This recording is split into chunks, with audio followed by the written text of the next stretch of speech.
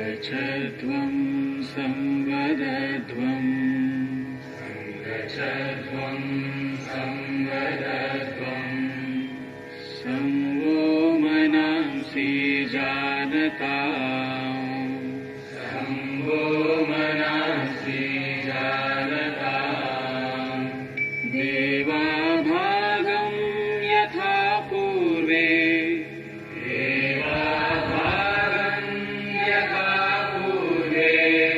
संजानाना उपासते संजानाना उपासते संजानाना उपासते संजानाना उपासते संजानाना उपासते संजानाना उपासते।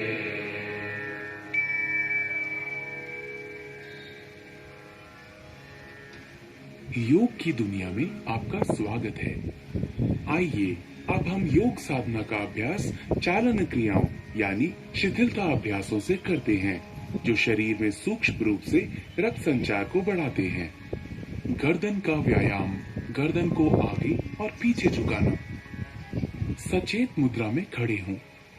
पैरों को आरामदायक स्थिति में फैलाएं तथा हाथों को कमर पर रखें।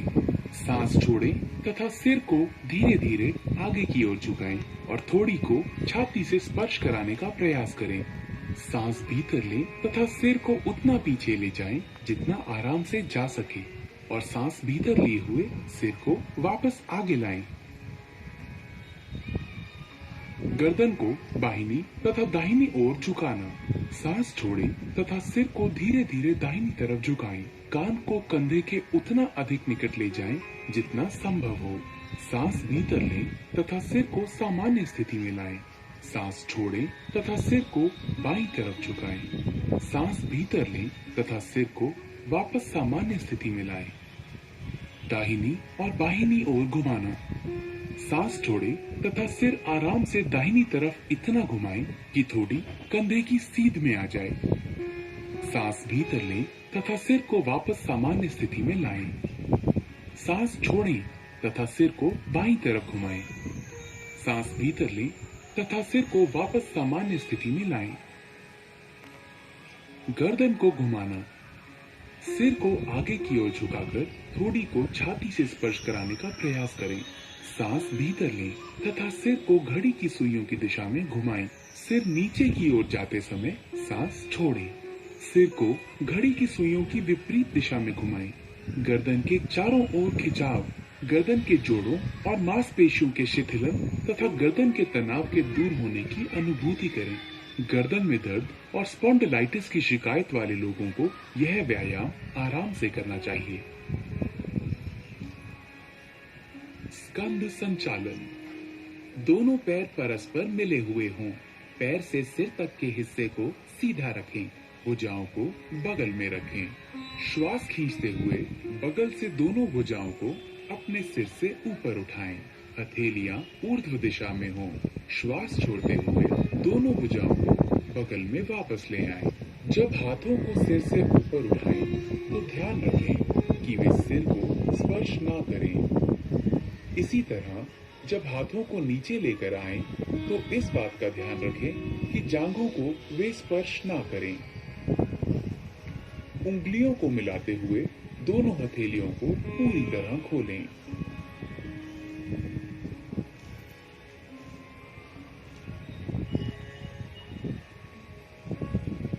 स्कंध चक्र।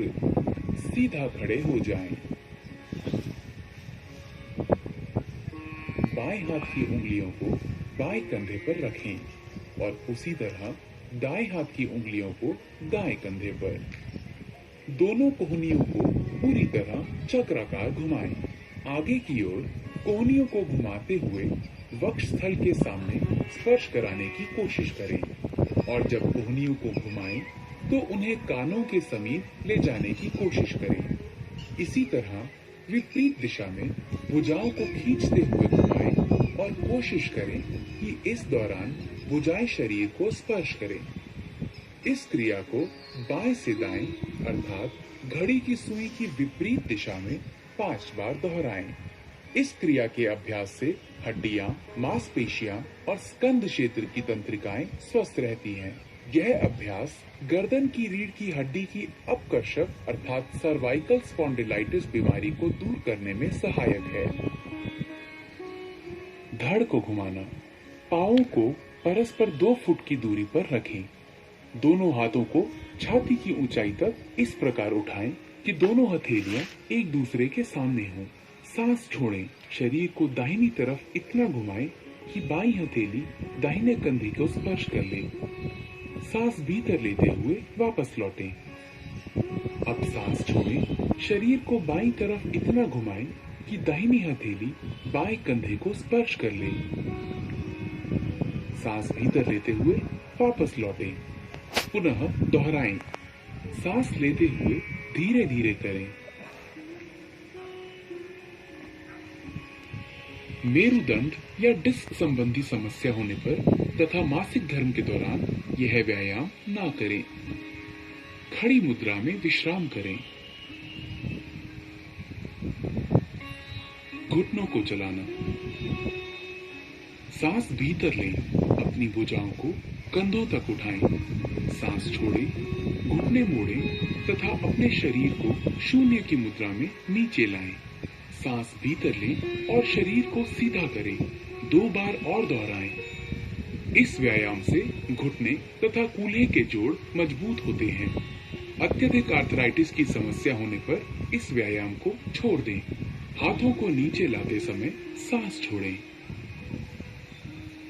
आइए अब योगासना की तरफ बढ़ें। ताड़ासन। ताड़ का अर्थ है ताड़ का पेड़। पैरों को परस्पर 2 इंच की दूरी पर रखें।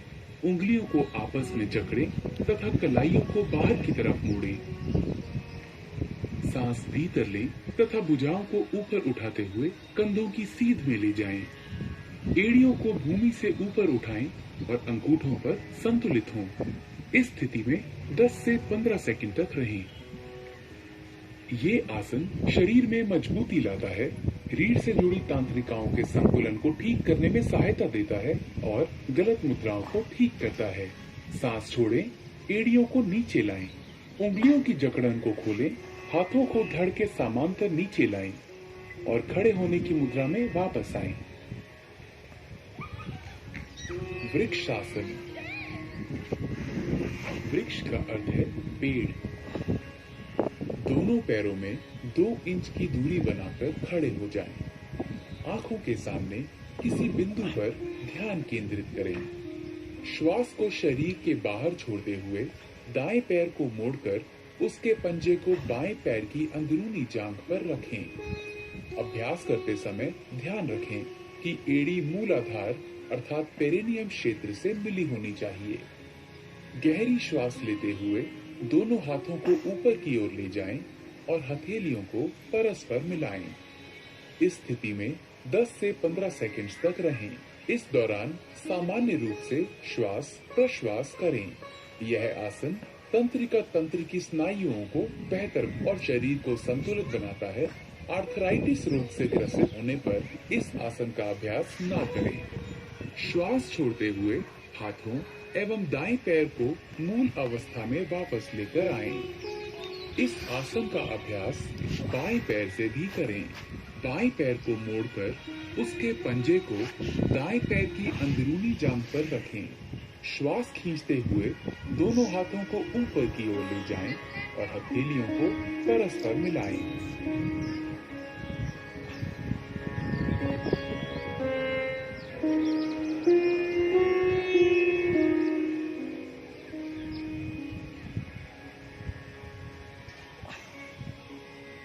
पादहस्तासना। पाद का अर्थ है पैर और हस्त का अर्थ है हाथ। धीरे धीरे सांस भीतर लें और हाथों को ऊपर उठाएं। शरीर को कमर से ऊपर की ओर खींचें। सांस छोड़ें तथा आगे की तरफ तब तक झुकें जब तक पूरी हथेली धरती को स्पर्श करने लगे। इस अंतिम स्थिति को 10 से 30 सेकंड तक बनाए रखें। जिन लोगों को पीठ की अकड़न की समस्या हो, उन्हें अपनी क्षमता के अनुरूप ही झुकना चाहिए। अब सांस भीतर लें, धीरे धीरे सीधी स्थिति में आए और भुजाओं को सिर के ऊपर ले जाकर खींचें। सांस छोड़ें और धीरे धीरे प्रक्रियाओं को विपरीत क्रम में करते हुए प्रारंभिक स्थिति में आए। विश्राम करें। अर्ध चक्रासन। दोनों हाथों से कमर पर सहारा दें। सांस छोड़ें, सिर को पीछे झुकाएं, गर्दन की मांसपेशियों को खींचें तथा रीढ़ के निचले हिस्से से पीछे की ओर झुकें। सामान्य सांस लेते हुए विश्राम करें। इस स्थिति में 10 से 30 सेकंड तक रहें। अर्ध चक्रासन रीढ़ को लचीला बनाता है तथा मेरु तंत्रिकाओं को मजबूती प्रदान करता है। ये सांस लेने की क्षमता को बेहतर बनाता है। सांस भीतर लें, धीरे धीरे वापस आएं तथा विश्राम करें। उच्च रक्तचाप के रोगियों को सावधानी से झुकना चाहिए। त्रिकोणासन। त्रिकोण का अर्थ है त्रिभुज। पैरों को परस्पर आरामदायक दूरी पर रखकर खड़े हों। हाथों को धीरे धीरे किनारे से तब तक उठाएं जब तक वे क्षैतिज न हो जाएं। सांस छोड़ें, धीरे धीरे दाहिनी तरफ झुकें और दाहिने हाथ को दाहिने पैर के ठीक पीछे रखें। बाएं हाथ को दाहिने हाथ की सीध में खड़ा करें। सामान्य श्वास के साथ इस स्थिति में 10 से 30 सेकंड तक रहें। ये समतल पैर से बचाता है, पिंडलियों, जांघों तथा कमर की मांसपेशियों को मजबूती प्रदान करता है और मेरुदंड को लचीला बनाता है। सांस अंदर लेने के साथ ही धीरे धीरे वापस आएं। बाईं तरफ के लिए फिर दोहराएं। स्लिप डिस्क, साइटिका और उदर शल्य चिकित्सा के उपरांत यह आसन ना करें। अपनी शारीरिक सीमाओं से आगे ना जाएं।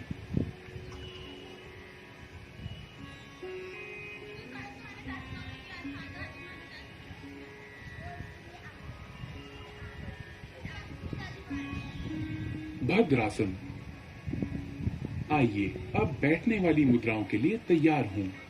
भद्र का अर्थ है दृढ़।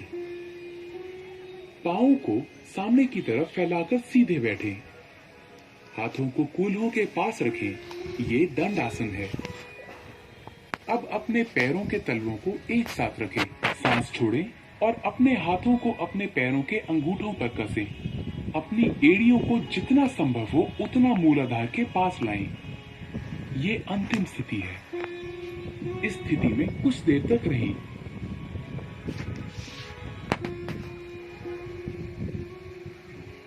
भद्रासन शरीर को दृढ़ रखता है और मस्तिष्क को स्थिर करता है।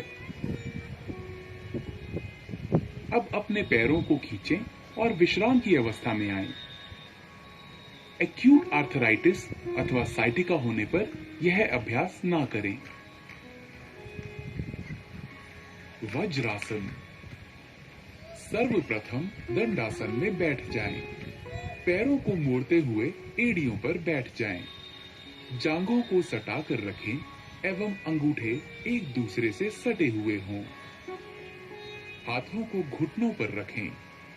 सिर से पांव तक शरीर को सीधा रखें। इस आसन को वज्र आसन कहते हैं।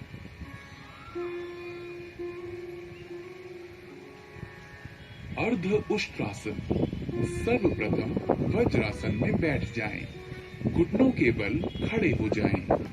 हाथों को कमर पर इस प्रकार रखें कि अंगुलियां जमीन की ओर हों। कोहनियों एवं कंधों को समानांतर रखें। अब सिर को पीछे की तरफ झुकाते हुए ग्रीवा की मांसपेशियों को खींचें। श्वास को अंदर खींचते हुए धड़ को जितना संभव हो सके उतना झुकाएं। श्वास बाहर छोड़ते हुए इस स्थिति में शिथिल हो जाएं। सामान्य रूप से श्वास प्रश्वास करते हुए इस स्थिति में 10 से 30 सेकंड तक रुकें। इस योगाभ्यास से पीठ और गर्दन की मांसपेशियां मजबूत होती हैं। कब्ज एवं पीठ दर्द से मुक्ति मिलती है। श्वास खींचते हुए वापस वज्रासन में बैठ जाएं। शिथिल हो जाएं। उष्ट्रासन। वज्रासन में बैठ जाएं। घुटनों को जमीन पर टिकाते हुए अपने दोनों पैरों की जांघ और पंजों को आपस में मिला लीजिए। घुटनों और पंजों के बीच कुछ इंचों की दूरी रखते हुए घुटनों के बल खड़े हो जाएं। श्वास खींचते हुए धीरे से पीछे की ओर झुकें। धीरे धीरे दाहिने हाथ से दाहिनी एड़ी और बाएं हाथ से बाईं एड़ी को पकड़ने का प्रयास करें। इस बात का ध्यान रखें कि पीछे झुकते समय गर्दन को झटका ना लगे। उष्ट्रासन दृष्टिकोण में अत्यंत लाभदायक है। यह पीठ एवं गर्दन के दर्द से आराम दिलाता है। यह उदर एवं नितंब की वसा को कम करने में सहायक है।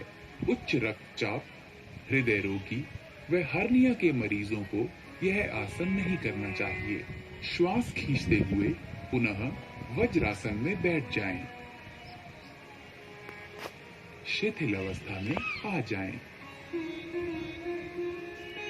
शशांकासन।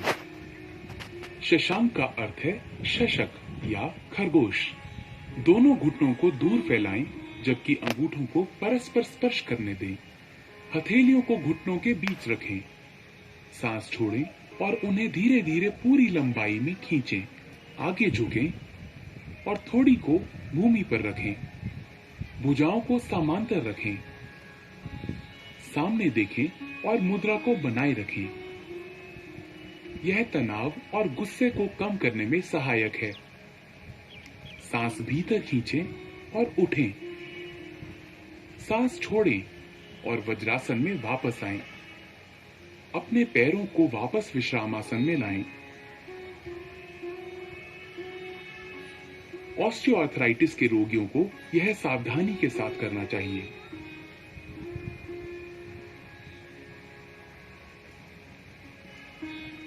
उत्तान मंडूकासन। इस आसन में शरीर की स्थिति ऊर्ध्वमुखी मेंढक जैसी हो जाती है। वज्रासन में बैठ जाएं। अंगूठों को सटाते हुए दोनों घुटनों को अधिक से अधिक फैलाएं। श्वास खींचते हुए अपने हाथों को ऊपर उठाएं। सिर के पीछे से दोनों हाथों को मोड़ें और हथेलियों को विपरीत कंधों पर रखें। अपनी पीठ और गर्दन को सीधा रखें और थोड़ी देर इसी स्थिति में बने रहें। यह आसन पीठ दर्द और ग्रीवा दर्द की तकलीफ से छुटकारा दिलाने में सहायक है। यह आसन शरीर के मध्य पट के लिए लाभदायक है।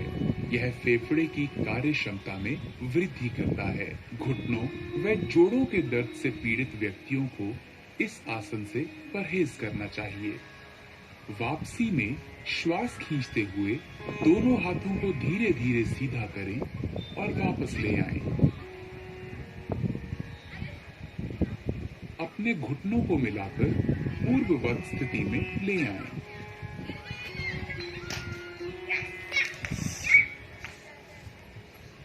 वक्रासन। वक्र का अर्थ है टेढ़ा या मुड़ा हुआ। दाहिनी टांग को मोड़ें और दाहिने पैर को बाएं घुटने के साथ रखें। बाईं भुजा को दाहिने घुटने पर लपेटें और हथेली को दाहिने पैर के पास रखें। सांस छोड़ें। शरीर तथा गर्दन को दाहिनी तरफ मोड़ें। इस मुद्रा में आराम से रहें। अपना सर पीछे घुमाएं। सांस छोड़ते हुए अपने हाथ बाहर निकालें। पैरों को सीधा फैलाएं। अब वापस आएं और विश्राम आसन में विश्राम करें। यह आसन मेरुदंड के लचीलेपन को बढ़ाता है।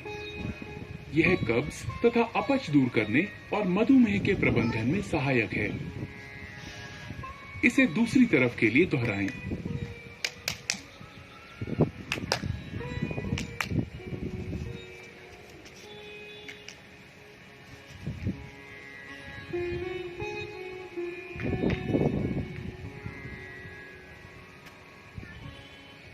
अपना सिर पीछे घुमाएं। सांस छोड़ते हुए अपने हाथ बाहर निकालें। पैरों को सीधा फैलाएं। अब वापस आएं और विश्राम आसन में विश्राम करें।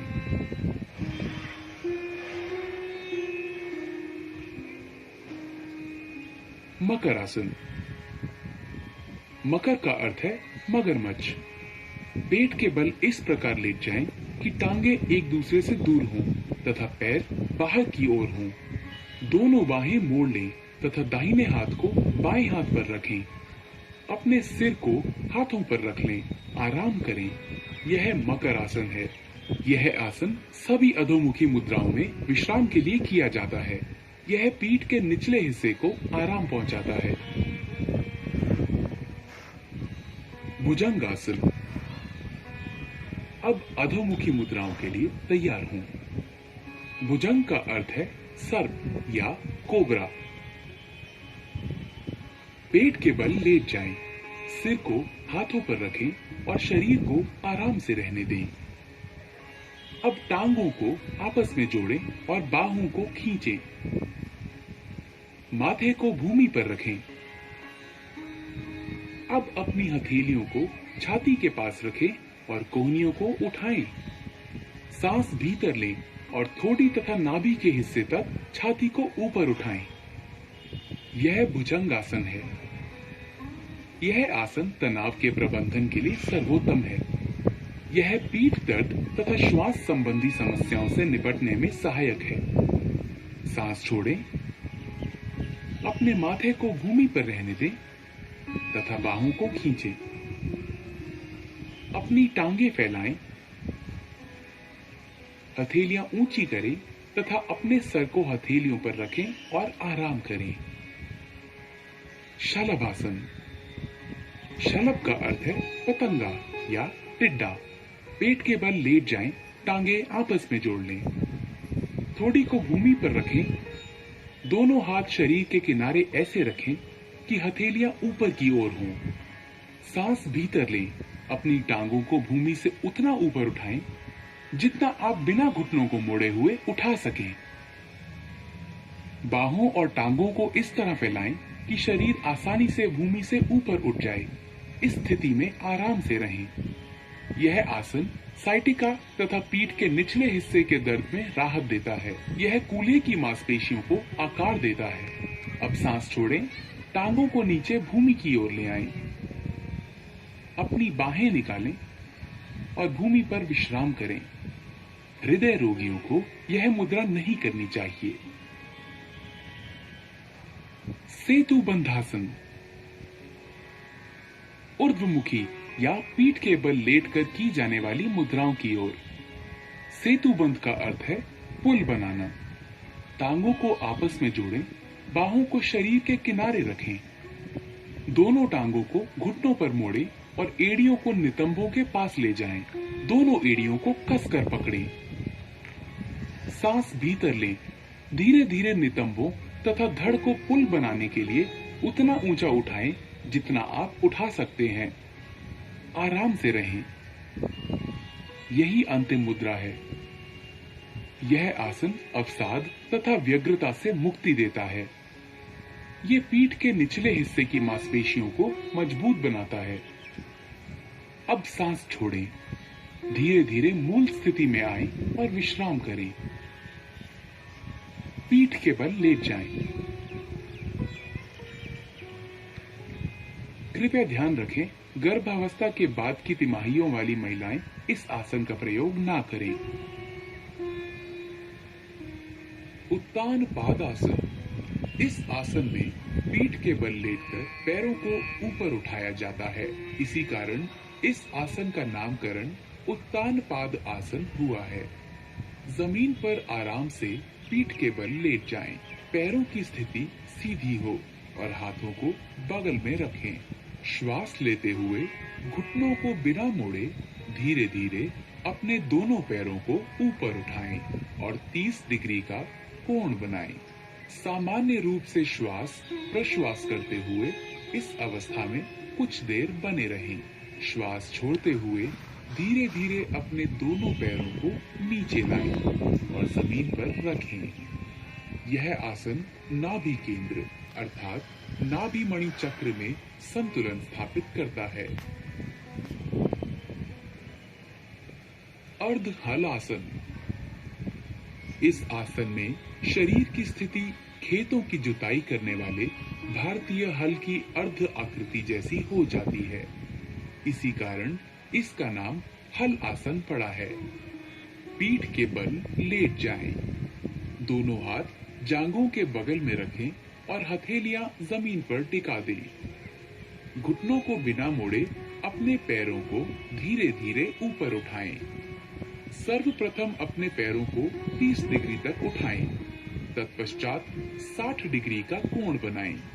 अब धीरे धीरे पैरों को 90 डिग्री के कोण की स्थिति में ले आएं। यह अर्ध हलासन की पूर्ण स्थिति है। इस अवस्था में शरीर की स्थिति नितंब से कंधे तक सीधी होनी चाहिए।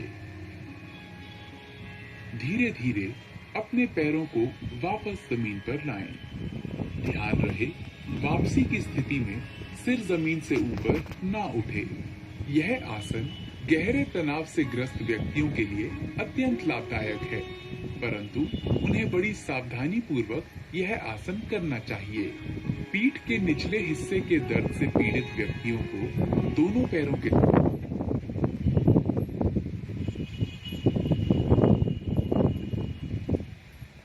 पवन मुक्त आसन। दोनों घुटने मोड़े तथा जांघों को छाती के पास लाएं। उंगलियों को आपस में जकड़ लें और घुटनों के नीचे पिंडलियों को अच्छी तरह पकड़ लें।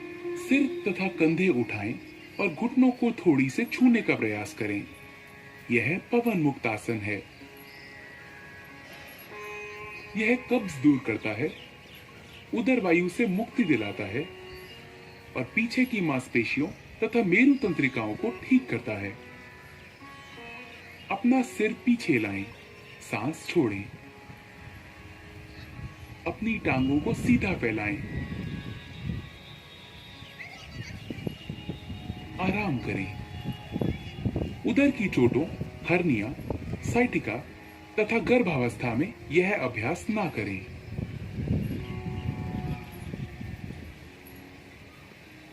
शवासन। शव का अर्थ है मृत शरीर।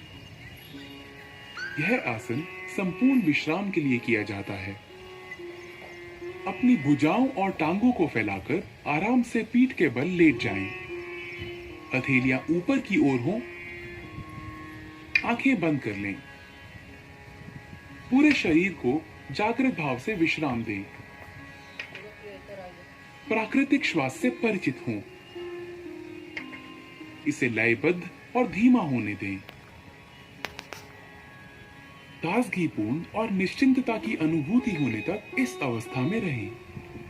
यह आसन सभी प्रकार के तनावों से मुक्ति देता है और शरीर तथा मस्तिष्क दोनों को विश्राम देता है।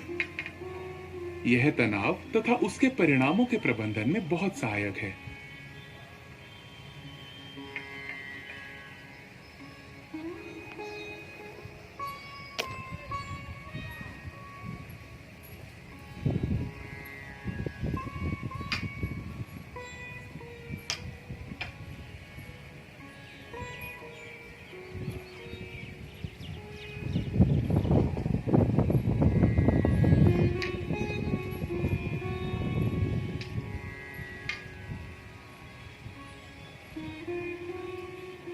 कपालभाति।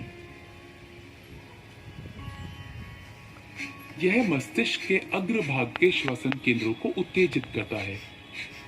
ध्यान की किसी भी मुद्रा में बैठ जाएं। आंखें बंद करें और पूरे शरीर को विश्राम दें। गहरी सांस भीतर लें, सीना फुलाएं।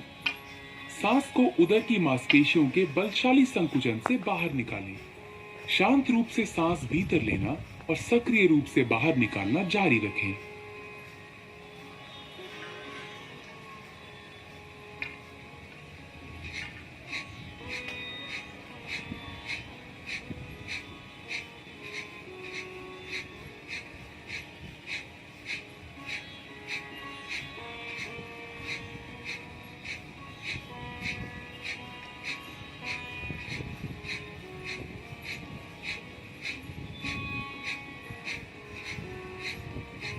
फिर एक गहरी सांस लें, धीरे धीरे बाहर निकालें और विश्राम लें।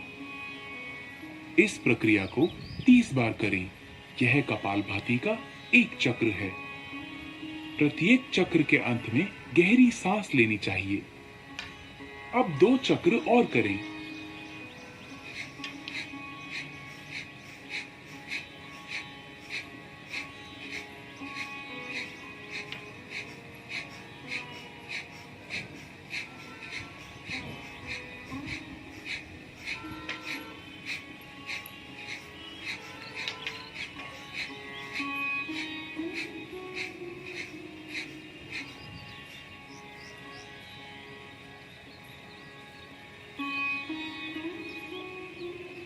कपालभाति सामने की वायु नलिकाओं को स्वच्छ करता है।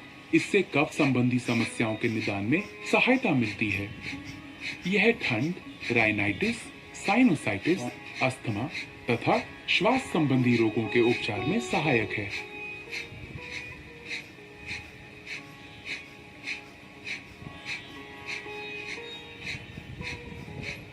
कृपया ध्यान रखें, हृदय संबंधी परेशानियों, उच्च रक्तचाप, चक्कर आना, माइग्रेन, स्ट्रोक, हर्निया तथा गैस्ट्रिक अल्सर होने पर इसका अभ्यास ना करें।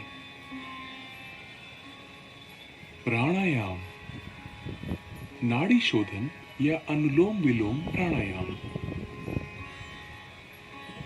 क्रमशः बाएं तथा दाएं नासिका छिद्रों से सांस लेना है। ध्यान की मुद्रा में बैठ जाएं। मेरुदंड सीधा रखें, सिर ऊंचा तथा आंखें बंद हों। शरीर को कुछ गहरी सांसें लेकर आराम की स्थिति में लाएं। बाईं हथेली को बाएं घुटने पर ज्ञान मुद्रा में रखें। दायां हाथ नासाग्र मुद्रा में होना चाहिए। दाएं अंगूठे को दाहिने नासिका छिद्र पर रखें। बाएं नासिका छिद्र से श्वास अंदर लें, फिर इसे बंद कर लें। दाहिने नासिका छिद्र से श्वास बाहर निकालें। अगली बार दाहिने नासिका छिद्र से सांस भीतर लें। दाहिना नासिका छिद्र बंद करें और बाएं नासिका छिद्र से श्वास बाहर निकालें।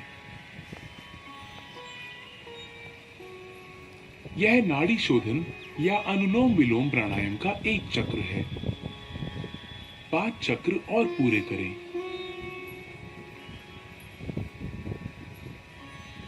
जो अनुलोम विलोम प्राणायाम प्रारंभ करने वाले नए लोग हैं, उनके लिए श्वास अंदर खींचने और बाहर करने का समय समान होना चाहिए।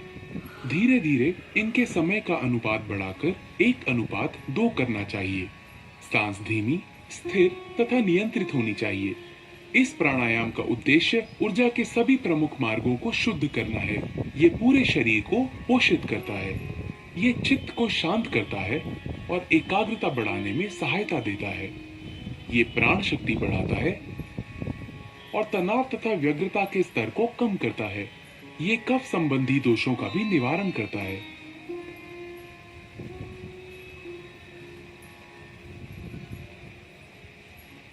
शीतली प्राणायाम। शीत का अर्थ है ठंडा। यह प्राणायाम साधक के चित्त को शांत करता है और मन की व्याग्रता को दूर करता है। शीतली प्राणायाम अपने नाम के अनुरूप शरीर और मन को शांति प्रदान करता है। पद्मासन अथवा किसी भी आरामदायक आसन में बैठ जाएं। अंजलि मुद्रा अथवा ज्ञान मुद्रा की अवस्था में अपने हाथों को घुटनों पर रख लें। जीभ को किनारों से मोड़कर ट्यूब की आकृति जैसा बना लें। इस ट्यूब नुमा जीभ से सांस लेते हुए जितना हो सके वायु को फेफड़ों में भरें और मुंह बंद कर लें और दोनों नासिका रंध्रों से धीरे धीरे श्वास छोड़ें। शीतली प्राणायाम रक्त को शुद्ध करता है। यह शरीर में शीतलता प्रदान करता है। उच्च रक्तचाप वाले व्यक्तियों के लिए यह विशेष लाभप्रद है। यह भूख और प्यास का शमन करता है। कफ और पित्त के कारण होने वाली अपच और अन्य व्याधियों को दूर करता है। यह त्वचा और नेत्र के लिए लाभदायक है। ठंड, कफ अथवा तुंडिका शोथ अर्थात टॉन्सिलाइटिस के मरीजों को यह प्राणायाम नहीं करना चाहिए।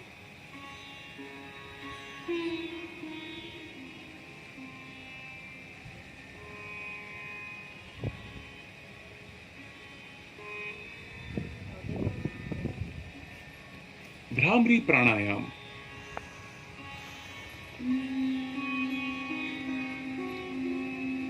भ्रमर भौरे को कहते हैं।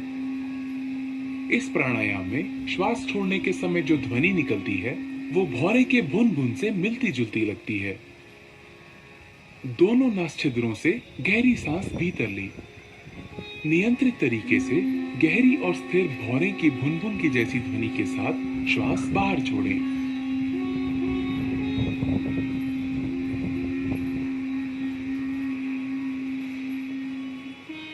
यह भ्रामरी प्राणायाम का एक चक्र है। 2 बार और दोहराएं।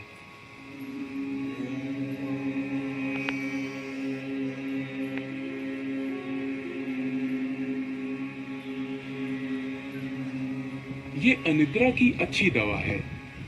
इसे तनाव संबंधी विकारों को दूर करने में बहुत कारगर पाया गया है।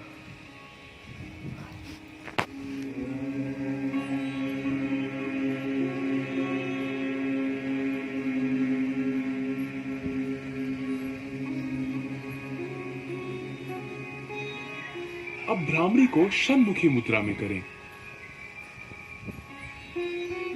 अपने कानों को अंगूठों से बंद कर लें। अब तर्जनी को अपनी आंख पर, मध्यमा को नासापुटों पर तथा अनामिका और कनिष्ठिका उंगलियों को अपने होठों पर रखें। अपनी नाक खोलें और दोनों छिद्रों से श्वास भीतर लें।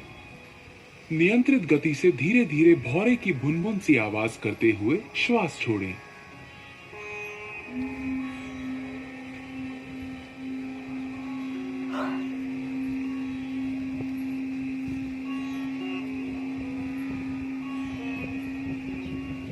यह एकाग्रता और ध्यान के प्रारंभ के लिए तैयारी करने का प्राणायाम है। ध्यान। आइए अब ध्यान के लिए तैयार हों। ध्यान एक निरंतर चिंतन की प्रक्रिया है।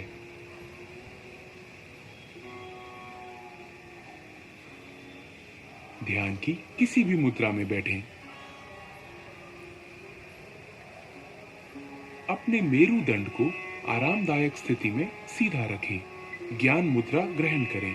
अपनी हथेलियों को जांघों पर ऊपर की तरफ को रखें। भुजाएं और कंधे ढीले और आराम की स्थिति में होने चाहिए। अपनी आंखें बंद कर लें और चेहरे को हल्का सा ऊपर उठाकर बैठ जाएं। आपको एकाग्र होने की आवश्यकता नहीं है, वरन केवल अपनी दोनों भौहों के बीच हल्का ध्यान दें और अपनी सांसों के प्रति जागरूक हों। ध्यान मस्तिष्क को शांत और आनंदमय रखता है।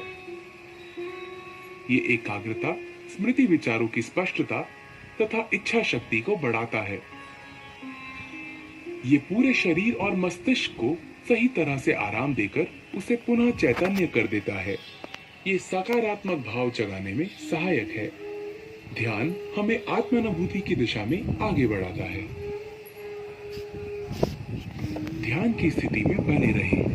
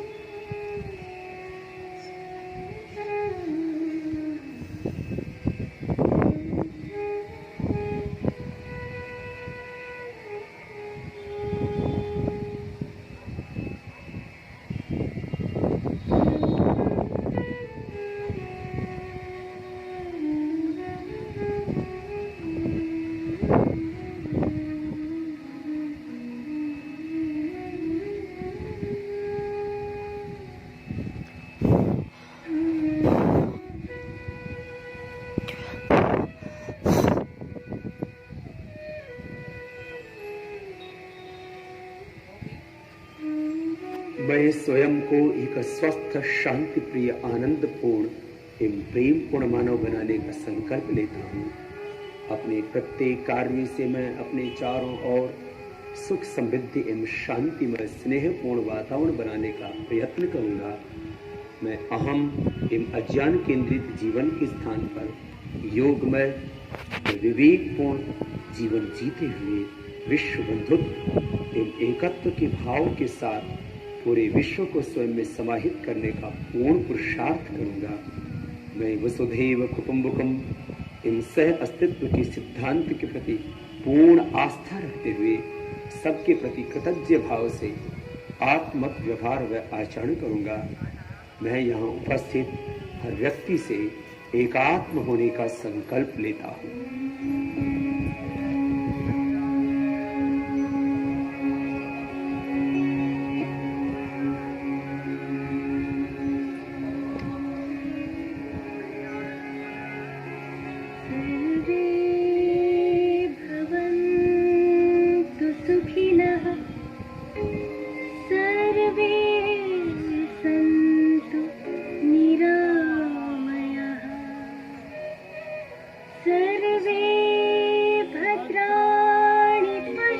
पश्यन्तु मा कश्चित् दुःखभाग् भवेत् मा कश्चित् दुःखभाग् भवेत्